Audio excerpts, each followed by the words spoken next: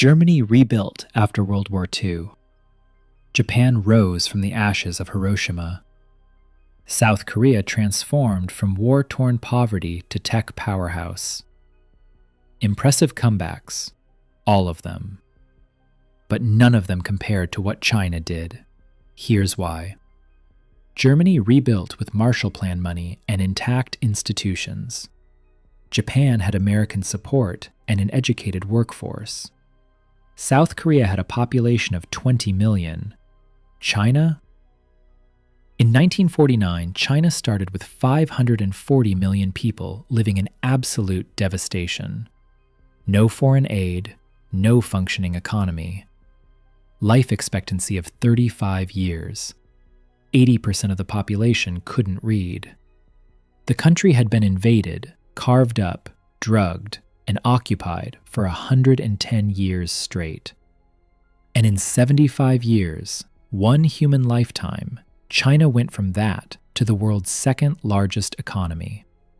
From rice paddies to space stations, from mass starvation to ending extreme poverty for 800 million people. World Bank data, not Chinese government claims, confirms it. This is the fastest large-scale economic transformation in recorded history. No civilization has ever lifted this many people this far, this fast. You've watched the entire thing happen. When you were young during the Cold War, China was the broken red menace. When you watched Nixon's visit in '72, China was still desperately poor. By the time you saw the Beijing Olympics in 2008, China was already an economic giant. You witnessed it. But do you understand the scale of what actually happened? Let me show you the greatest comeback in human history and the statistics that prove it. October 1st, 1949. Mao Zedong stands in Tiananmen Square and declares, "The Chinese people have stood up." But here's what Western news didn't show. What they were standing up from. Picture the China Mao inherited, not the China you think of today. The China of 1949. Life expectancy, 35 years. Think about that. The average Chinese person didn't live to see 40. That's medieval. In 1949, Britain's life expectancy was already 69 years. China was literally centuries behind. Literacy rate, 20%. 4 out of 5 Chinese adults couldn't read their own language. No education system, no trained workforce, nothing. GDP per capita, $54. $54 per person per year. For comparison, India, also poor, was at $60. China was the poorest large country on Earth. Industrial output? Basically zero. China produced 158,000 tons of steel in 1949. The United States produced 70 million tons. China's entire industrial capacity was 0.2% of America's. But it wasn't just poverty. It was the wounds. The century of humiliation had left scars everywhere you looked. Foreign powers controlled the ports. Treaty obligations still bound the government. Japanese occupation had killed 20 million people. The civil war between communists and nationalists had displaced tens of millions more. Contemporary photographs show cities in ruins. Infrastructure destroyed. Railways bombed. Factories dismantled and looted. This wasn't a country. This was rubble with borders. And the psychological damage ran deeper. 3 generations had grown up watching foreign soldiers patrol Chinese streets, watching opium destroy communities, watching foreign powers carve up territory like a pie. National dignity? Shattered. China had lost Hong Kong, Macau, Taiwan, port cities, railway rights, and control of its own customs. 23 unequal treaties dictated what China could and couldn't do in its own country. This is what Mao inherited. This is the starting point. When people ask, how did China rise so fast? They need to understand. China didn't rise. China crawled out of a crater. The first achievement was just surviving. 1949 to 1976, Mao's era. This period gets complicated because Mao made catastrophic mistakes. The Great Leap Forward killed tens of millions through famine. The Cultural Revolution destroyed education and culture for a decade. But here's what Western education often skips. Some things actually worked. China reunified. That's huge. After 110 years of foreign occupation and civil war, China became one country again under one government. No foreign troops, no colonial administrators. For the first time since 1839, China controlled China. They built basic infrastructure, roads, railways, irrigation systems, power plants. Nothing fancy, but functional. They created a basic education system. By 1976, literacy had climbed from 20% to about 65%. That's 400 million newly literate people in one generation. They established basic health care. The Barefoot Doctor Program, village medical workers with basic training, brought life expectancy from 35 to 63 by 1976. That's 28 years added to the average life. In 27 years. Think about that. China added nearly 3 decades to human life expectancy in one generation. Through basic medicine, sanitation, and vaccination. The British Empire took 100 years to do that. China did it in 30. But economically, still broken. In 1976, China's GDP was $163 billion, smaller than Italy. The industrialization attempts had failed. The radical policies had backfired. Millions had died unnecessarily. When Mao died in 1976, China was stable but stagnant, independent but poor, unified but going nowhere fast. Then Deng Xiaoping took over, and everything changed. 1978, Deng announces economic reforms. He visits Singapore and sees what modern development looks like. He visits Japan and sees what Asian capitalism achieved. He comes back to China and says something revolutionary. To get rich is glorious. The Communist Party stays in power, but the economy? Opening up.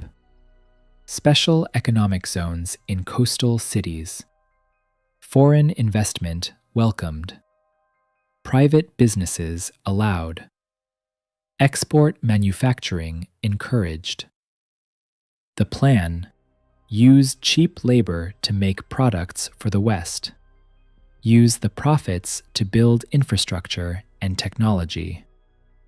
And it worked. Fast. If you were in your 30s or 40s in the 1980s, you remember when Made in China first appeared on products. Cheap toys, basic electronics, low-quality stuff. You probably joked about it. But China wasn't joking. They were learning. Every factory they built taught them manufacturing. Every product they made improved their skills. Every dollar they earned went into infrastructure.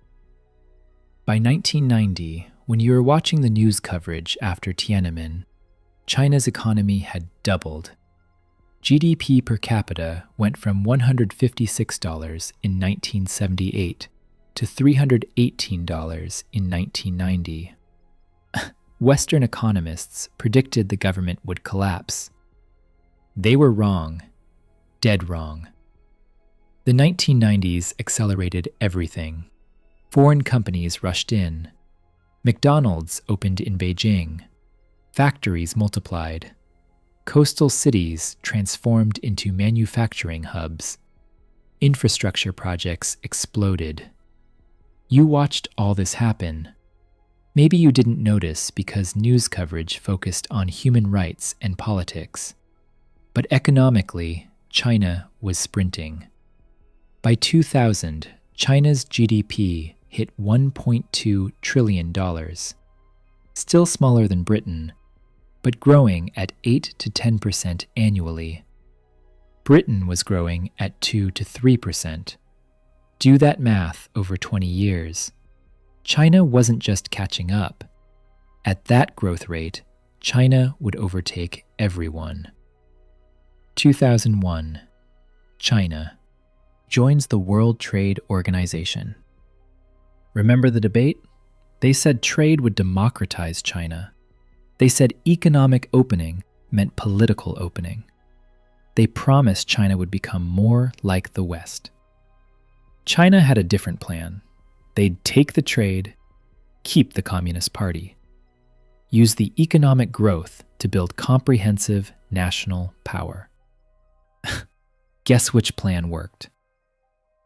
2000 to 2010, China became the world's factory. Everything you owned suddenly came from China. Your phone, your computer, your clothes, your furniture. Walk through your house. Count the Made in China labels. But here's what people missed. China wasn't just making cheap stuff anymore. They were building high-speed rail, advanced ports, modern airports, tech companies, space programs. You watched the Beijing Olympics in 2008. That opening ceremony with 2008 drummers in perfect synchronization. Remember that moment? That wasn't just spectacle. That was China announcing, we're not the sick man of Asia anymore. We're powerful. Watch us. 2010. China overtakes Japan as world's second largest economy. 40 years after Nixon's visit, thinking America was opening China, China had opened itself and left Japan behind. The numbers became staggering.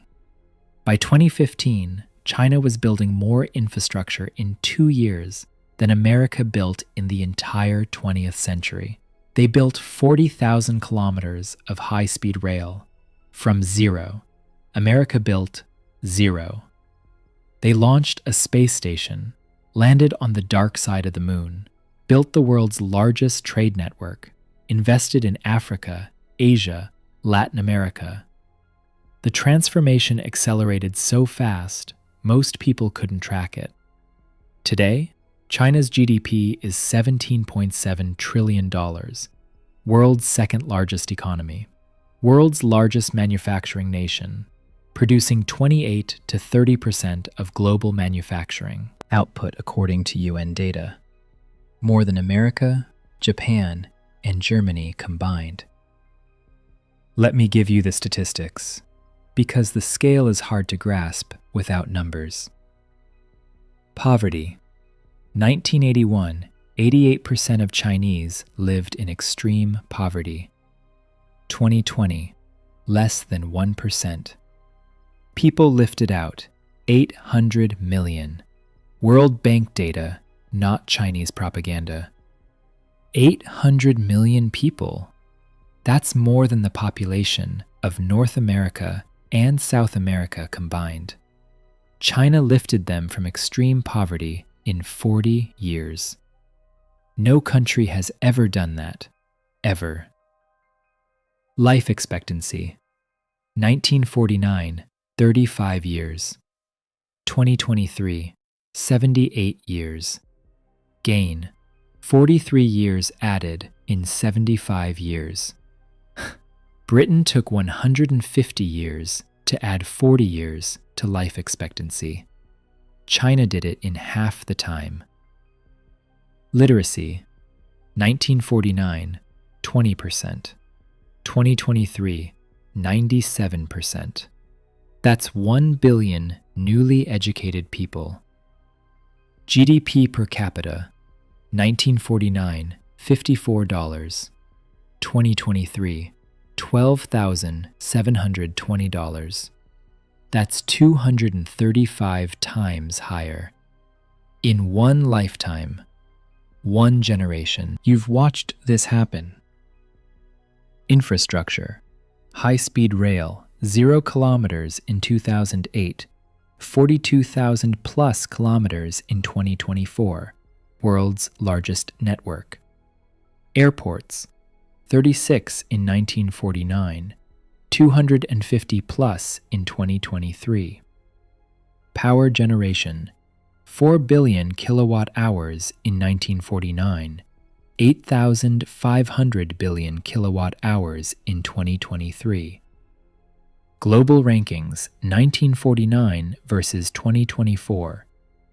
GDP, not ranked, number 2 globally.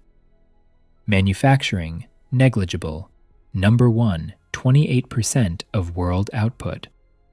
Trade, minimal, number 1 trading nation. Infrastructure, destroyed, ranked number 1 by World Economic Forum. The speed is unprecedented. Germany's post-war miracle took 40 years with massive aid. Japan's rise took 35 years, starting from a developed base.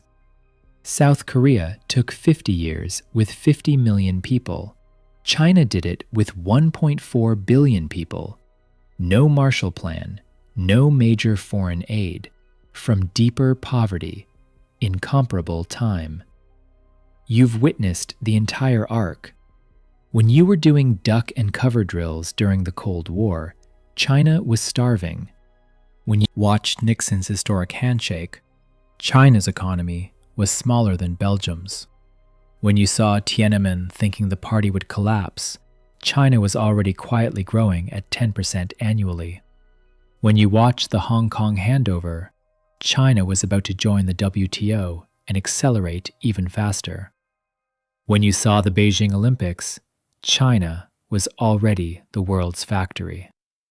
Now you're watching China launch space stations, build the world's infrastructure, and negotiate as an economic superpower. That transformation happened in your lifetime. In 75 years, 3/4 of a century. This isn't ancient history. This is why China acts the way it does. This is why they're confident. This is why they don't apologize or back down. They remember 1949. They remember the poverty. They remember foreign powers controlling Chinese cities. They remember the humiliation. And they reversed all of it through planning, discipline, and economic strategy that the West never saw coming. So here's what the statistics show.